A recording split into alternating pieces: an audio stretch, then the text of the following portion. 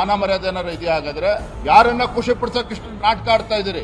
ಯಾರನ್ನ ಮನವೊಲಿಸೋದಕ್ಕೆ ಇವತ್ತು ರಾಜ್ಯ ಸರ್ಕಾರ, ಕಾಂಗ್ರೆಸ್ ಸರ್ಕಾರ ಹೊರಟಿದೆ? ಹಾಗಾದ್ರೆ ಅಕ್ರಮ ವಲಸಿಗರಿಗೆ ಇವತ್ತು ಪರ್ಮನೆಂಟ್ ರೆಸಿಡೆಂಟ್ ಸರ್ಟಿಫಿಕೇಟ್ ಕೊಟ್ಟಿರ್ತಕ್ಕಂಥ DK ಶಿವಕುಮಾರ್ ಸರ್ಕಾರ ಯಾವ ಸಾಮಾಜಿಕ ಕಾರ್ಯಕರ್ತ ಧ್ವನಿ ಎತ್ತಾನೆ ಅಂತವ್ರ ವಿರುದ್ಧ FIR ದಾಖಲು ಮಾಡಿ ಬೆದರಿಸುವಂತ ಕೆಲಸ ಮಾಡ್ತೀರಿ ಅಂತ ಹೇಳಿದ್ರೆ ಇಂಥ ಲಜ್ಜೆಗೆಟ್ಟ ಕಾಂಗ್ರೆಸ್ ಸರ್ಕಾರ ಇದು ದೇಶದ್ರೋಹದ ಕೆಲಸ.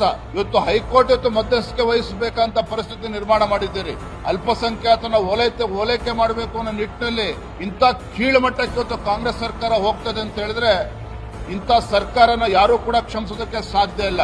ಹಾಗಾಗಿ ಮಾನ್ಯ ಮುಖ್ಯಮಂತ್ರಿಗಳೇ, ಪೊಲೀಸ್ ಇಲಾಖೆನ ದುರ್ಬಳಕೆ ಮಾಡಿಕೊಂಡು ಹಿಂದೂ ಕಾರ್ಯಕರ್ತರ ಮೇಲೆ ನೀವು ದಬ್ಬಾಳಿಕೆ ಮಾಡ್ತೀರಿ.